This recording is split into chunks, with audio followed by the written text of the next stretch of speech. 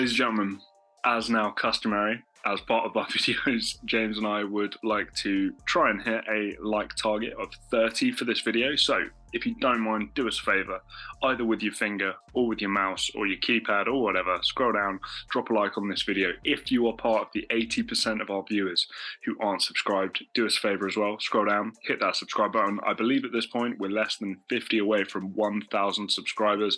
We'd love for you guys to be our first, one of our first 1,000 subscribers. James, go ahead.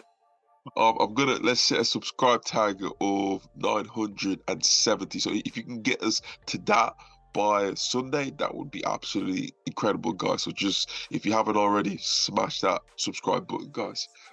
But without any further ado, let's get on to the game week 12 predictions. Okay, James, let's take our medicine here a little bit. You more than me, by the way, but both of us not pretty. I mean, let's be honest, a weird week, right? I'm pretty pleased with my Newcastle result, picking up a point there. That felt really, really good. You know, I felt kind of lucky maybe on that Fulham Man United game. I think you obviously got one there as well because that was tight in and of itself. But a lot of results that I just don't think we expected. Luton drawing with Liverpool. What did you make of game week 11? What's your takeaway? Just an absolute crazy week, Jack, of like football.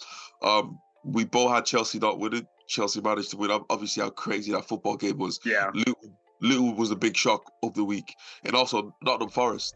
Like everybody had Aston Villa winning. The fact that Forest was able to, take the victory was very, very, very shocking there overall. Like this week, just wasn't great. It just wasn't great overall, but just shows how difficult it is when it comes to predicting Premier League football. Yeah, exactly. And again, I didn't cover myself in glory, but I did manage to snag 2 results off of James. So increase my lead again, 8-point lead now. Like I say every week, I'm just chipping away until I'm out of sight. But James, yeah, you got to do something to pull this around. Don't worry. Istanbul's coming, Jack. Istanbul is coming. Istanbul is coming. Right. Well, let's get rolling here. Oh, I've jumped the gun a little bit early on one of them. Sorry about that, folks at home. James, Wolves versus Tottenham. Obviously, they were on kind of the negative side of that crazy game, which Chelsea and Spurs seem to always have. How are Tottenham going to bounce back? Couple of red cards, couple of injuries. You've got Wolves actually taking the victory on this one. What's your rationale? Just the damage. Forget about the result, Jack. It was the damage that Spurs took from the game. Thought I was going to go on with Madison. Is it Van Webb's going to be out? Yeah. Destiny's out. Christian Romero's out. Jack, that's 4 of the back 4. I mean, that's 3 of the back 4. All good. You know, the fact you have to bring in players like Eric Dyer there, who actually did well when he came on there. There's just a lot of uncertainty going on with this Tottenham team right now. Wolves, again, the exact same thing of, like they have injuries. I'm not sure how long Pedro Neto is out for, but the fact that, Jack, it's away from home, Wolves do have the ability, Jack, to hurt teams. And the question is, can they put the ball in the back of the net? Because if Spurs play the way that they did play against Chelsea with 10 men, then we're going to have another entertaining game. But I doubt it's going to be like that. But I just think Wolves will have just a bit more for Tottenham due to the fact of, Jack, they got killed injury-wise, like suspension-wise against Chelsea. A lot of challenges you can always turn into opportunities, or at least you can, if you're a good manager, you can always turn a challenge into an opportunity to grow or change or do this stuff. I think there are a lot of players on the bench for this Spurs team and in the squad who like Ange Postecoglou, and he probably likes them, and it's their opportunity to impress the manager and show that and really kind of push on from the opportunity that they're going to be given against James, a solid team, but not a great team. I still think even the bench players coming in for this Spurs side are going to be up to the level of Wolverhampton. I've got it closer, obviously. I think it will be a bit disjointed at the back, so I do have Wolves getting their goal, but I just think there's a belief and a team effort and a coordination about this Tottenham team that I can just see them pulling it out. So I've gone for 2-1 the other way. James, Arsenal, Burnley. Obviously, I'm sure you were bitterly disappointed by the result at the weekend. I mean, ball in, ball out, VAR, blah, blah, blah, something that you and I will probably talk about here at a later date. But Arsenal, going back to the Emirates, Burnley coming to town, a narrow victory for you. I've got it quite emphatic. Why do you see it being so close? Again, Jack. Yeah, we did lose, but we haven't been offensively, Jack. It hasn't been great. But to be fair, at the Emirates, we have pulled some big results out the back. Granted, it is a team that has that has been promoted. I think Burnley are still struggling for their first win. Yeah, I'm not particularly sure about that, but they have had a struggle this season. I just feel with injuries, I don't know what's gonna happen with that striker situation. James Juice is out, Eddie's out. Eddie apparently is training today, so there's just a lot of stuff that I'm just not sure if they're going to be able to play. So I just have it being a tight game, but Arsenal still coming out on top. And also, Martin Odegaard, is he going to be available for the game? He did miss the Newcastle game. I think Arsenal need to set the record straight from the Newcastle game. Look, I think it was tight. I did pick Newcastle to win. I did think they would, and they quite rightly did, which I'm very happy with. But again, James, I'm not scared of Burnley in any way, shape or form at the moment. We can say that Arsenal aren't playing well, but I think Arsenal, even on their worst day in the 23-24 season, are going to beat Burnley pretty comfortably at home. So, yeah, 3-0 for me. I've not seen what I wanted to see from Vincent Kompany and this Burnley side, who was so impressive in the Championship. I think you can rotate all you want. I can still see this Arsenal side just kind of peppering Burnley here quite easily. I'm going to stay on this one. Palace versus Everton. James, I'm going to kind of reach back, go back to the well here a little bit.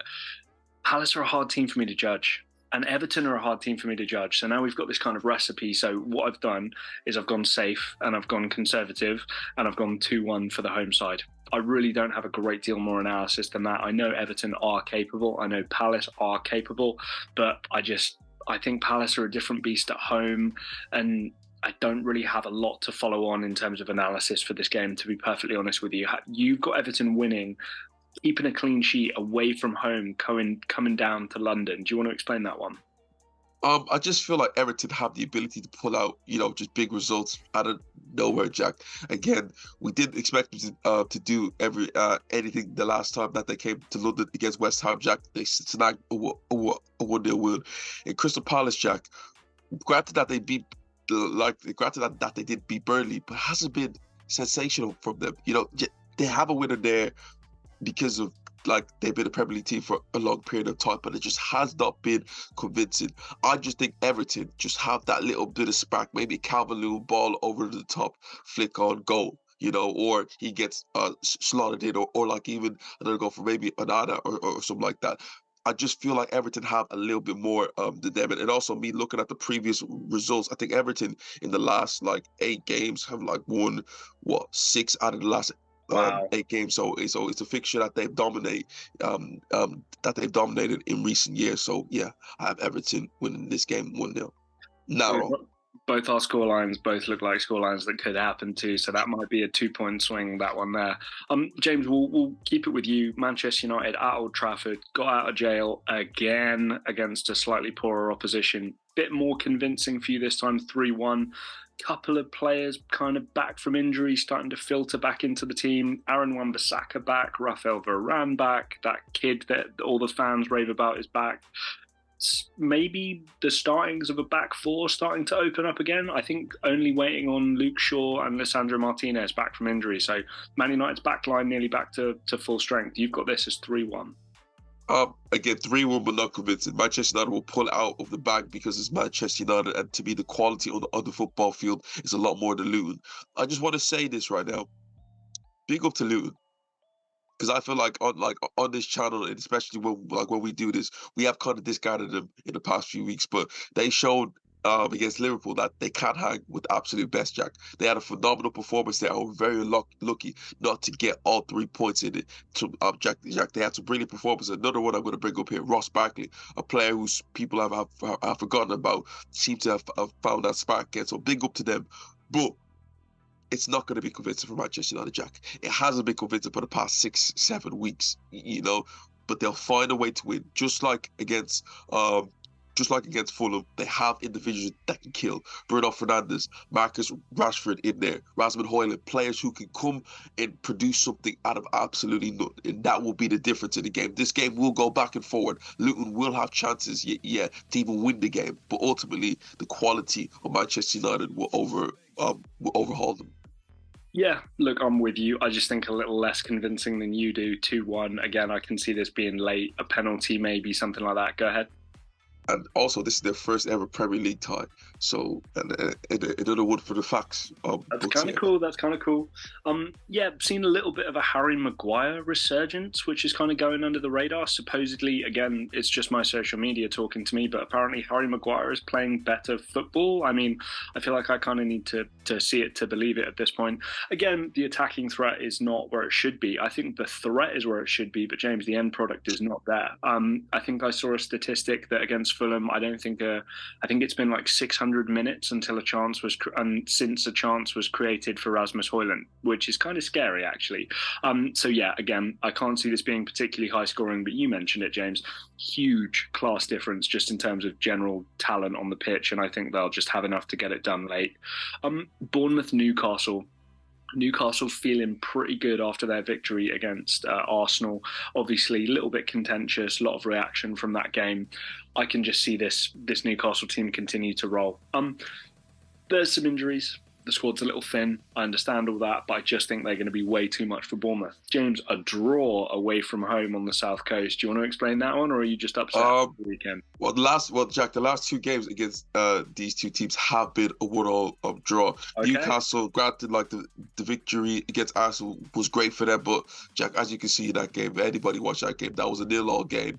You know, lots of injuries. Callum Wilson right now missed the game against Borussia Dortmund, which they did lose. Isak is out, Jack, and I just ask myself, where are them goals ultimately going to come from? Yeah, week in and week out. You know, and I'm not sure. Yeah, when a player like Callum Wilson and Isak is missing, away from home against a team to me this year have been underrated. And Jack has played some good stuff this year.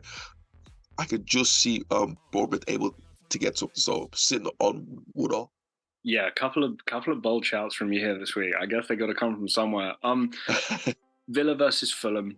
Again, I think you and I, similar kind of scorelines here, back to winning ways for Fulham, Unai Emery. And, you know, I think they probably got a little humbled at the weekend and maybe everybody underestimated Nottingham Forest. Yeah, back to winning ways for Villa. Again, Jack, Villa, shock loss. Yeah, no one, think about it, no one see that coming for a team that, Jack, let's be truthfully honest, has been absolutely flying. You know, Fulham, on the other hand, one win in the last 5 and it hasn't been great. You know, you don't, like, I keep on saying this for a number of teams, I don't know where the goals are going to come from. It seems like right now the biggest attacking player right now is a 35-year-old Willian or something like that. Yeah, I'm not sure how old he is, but his legs have gone, but he's still their biggest attacking option, which is to me a big worry. Villa are back at home. Watkins is going to look to fill up his boots. Again, Leon Bailey's going to look to fill up his boots. Diaby's going to look to fill up his boots. A lot of players who want to get back to win away. So I got Villa 3-0. Yeah, 2-0 for me. Like I said, I just think that Unai Emery's probably going to look back at that game and drill into the players. I think that maybe a bit of false confidence crept in, thinking they'd figured football out, and then, you know, you come crashing down to earth when you lose 2-0 to Nottingham Forest. So I think that will be corrected at home at Villa Park. Moving on, Brighton versus Sheffield United. James, we haven't seen Brighton play good football since everybody was praising them. And I do not see a better opportunity than at home against Sheffield United. 3-0, convincing win, early goal, followed by a couple of really nice team goals, maybe a goal on the break. I can just see this being Brighton's reminder, De Zerbi's reminder of what they're capable of. I just have a gut feel that this is going to be a week where we see Matoma come back, Solly March do something, Evan Ferguson, João Pedro, whatever, and we get them back to winning ways. You have this a little bit closer. Do you want to explain that? Jack, I'll be honest with you. Yeah, like they haven't been on the greatest runs, but when you look at their fixtures, Jack, Villa, Liverpool, Man City, and Everton away from home, in their granted, I know people don't take Everton too seriously now, but a team who has struggled, yeah, Jack, in the past few weeks. But look at it, Jack, at the history of this fixture, Sheffield United are unbeaten, Jack, in their 4 games against Brighton. So it's like, how am I feeling about it? I just feel, Jack, as you as you mentioned, I do look at the history of it, but I am a big fan of quality. And as you can say, Jack, Brighton have quality. They have quality in so many areas that can hurt them. I don't think it's going to be like that convincing over over 3-0 victory, but I just see them getting the win, just getting themselves back to winning form. Yeah. James, we'll stay with you. Liverpool, Brentford. We're actually sharing the score on this one. Just Liverpool back at Anfield, kind of getting that buzz from the kind of shock draw at the weekend. Liverpool, Anfield, find it hard to go against them and say that, Jack, they're not going to win at Anfield. You know, the one thing that I realize about the Liverpool team, granted, Jack, they didn't play that great against Luton. They created a boatload of chances, Jack. Right. I mean, a boatload of chances to win that game. If Darren Núñez takes that opportunity and 0-0 with an open goal, Jack, we may have a completely different discussion. He had about 17 shots on on target, and even when in a situation where a team isn't playing well, Jack, they still have the quality and bring on a player like Luis Diaz to come on and, you know, rescue the game. Just so much quality going forward. And again, Liverpool at home, I'm always going to believe that Liverpool have the ability to outscore any team at home. So 3-1 Liverpool. Yeah, the Anfield thing for Liverpool is absolutely huge. And I think that, you know, poor old Brentford, I think they've done well over the last few weeks, but Anfield, Mo Salah in his current form, and maybe Darwin Núñez with a point to prove, I think they're probably not going to do as well. Again, you and I both have the goal. I think we think that Brentford are capable of doing something. Brian Mbeumo having a great season, and obviously Thomas Frank has that team playing very, very well. And, you know, he's one of those managers, James, like there's a few of these managers in the Premier League, he's getting the most possible out of what he has. I think if you and I were to read the squad list of that Brentford team in a championship setting, we'd probably go, yeah, seems about right. He and the culture that he set up there is very, very important, and he's doing a terrific job. So I think they can be dangerous, but just not enough. West Ham versus Forest, I found this one very, very difficult to call, James. And again, similarly to Crystal Palace, Nottingham Forest are a very difficult team for me to judge, because I think on their day they can be very, very good, but when they're not on their day, they can also be very, very bad. I'm a little down on West Ham at the moment, I've got to be honest. I do really worry about their goal threat right through the middle, that number 9 position. I know I've mentioned this in previous videos, but James, I thought Gianluca Scamacca was going to be the guy. That did not work out, right? We've had kind of a litany of forwards and attackers come through, and it just not quite work out. And again, poor old Mikel Antonio can't do it all. Jared Bowen seems to be the main attacking threat. West Ham need to find a striker that's going to work for them for a long period of time, and I don't know who that's going to be. I'm going to just go on the fact that Nottingham Forest feel like they're getting a little bit hot, and maybe they can ride that momentum. You have it the other way around. Jack, looking at West Ham's fixtures in the last in the last 3 games in the Premier League, all losses, Jack. Also, Jack, they had a loss in the Europa League, but in between that, Jack, they did play against Arsenal, Jack, and Jack, they also did beat Arsenal. Right. You know, I just believe that the fact that it's back at the London Stadium last year when they played against Nottingham Forest, Jack, they won 4-0. So it's a game that they have a lot of good memories about. So I just believe that with a team like that, back at home, you know, I can just see this team getting back to form and also just building that confidence back. And maybe you mentioned the goals thing. Yes, it is an issue because the number 9 isn't scoring goals mainly, but maybe a player like Jared Bowen, who to me, will he get that England call up? I don't know, but he's definitely always knocking at that door. He may be a player, Jack, to lock in. Also, I forgot to mention him, Kudus, who seems to coming in every single week, Jack, scoring some absolutely incredible goals since he's coming to West Ham. He has been a big plus there. So maybe players like that could be the difference in this game against Nottingham Forest. That's not a bad shout, and I'm not going to lie to you, that has me a bit worried about that result. Final game of the week. And James, I'll be honest, not many kind of hot blockbuster kind of games this week, or at least it doesn't feel that way looking at the fixtures. Chelsea Man City, though, especially at Stamford Bridge, does have a certain ring to it. I've gone very convincing. You've gone a little bit closer. I think, like with Chelsea, we know is going to be a couple step forward and then maybe one step, maybe even two steps back from time to time with this Chelsea team. We saw the performance, and I know you tweeted about it a couple of times. Nicholas Jackson is not a killer. He's a nice player, but he's not a killer. He has to play against 9 men and he has to have a million opportunities just to get himself a hat trick, right? This is not Erling Haaland we're talking about right now. So, again, Chelsea have their upside, they have their positives, there's things to work on. But this Man City team, fully fit, not fully fit, far better, far more dangerous. And I can just see them outclassing this Mauricio Pochettino Chelsea side. You've got it a bit closer though, James. This is the reason why Chelsea versus Man City are unbeaten in the last 4 games against Chelsea.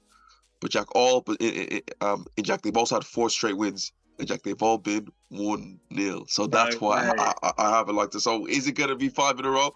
The odds tell me no, but just looking at the fact of, Jack, it is at Stamford Bridge.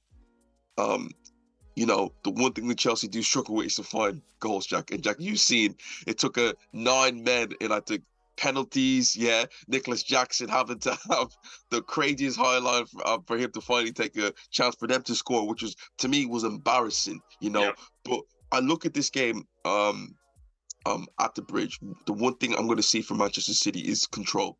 I don't see them blown away, Chelsea. I see them coming in there, keeping hold of the ball, calming down the atmosphere, and when an opportunity comes, maybe another Jack Grealish winner, Erling Haaland stepping up, or like maybe a player like Doku. That's where I see the kind of goal coming from. But I don't see this being a game that Man City are gonna blow Chelsea away. Granted, they did against Manchester United, but Jack, as you see, Manchester United have been getting blown away a lot. Chelsea haven't really been. That hasn't really happened to Chelsea yet. I see it being a controlled game for Manchester City and a narrow win. Guys, you've heard my thoughts. You've heard James's thoughts over the week's action. We didn't cover ourselves in glory last week, I've got to be honest with you. So maybe don't listen to us or bet the opposite way that we're telling you to bet. Drop the like on this video. We'd really appreciate it. We want to see your predictions down below in the comment section. James mentioned it. Want to hit that subscriber target of 970. Try and get 30 likes on the video as well. James, anything else from you, mate? Guys, like, share, and subscribe. And me and Jack haven't covered ourselves in glory. Have you covered yourselves in glory? So comment down below. Let us see your fixture. Let's see your fixture predictions. Let us know, guys. This is Box to Box Football, and we will see you in game week 13.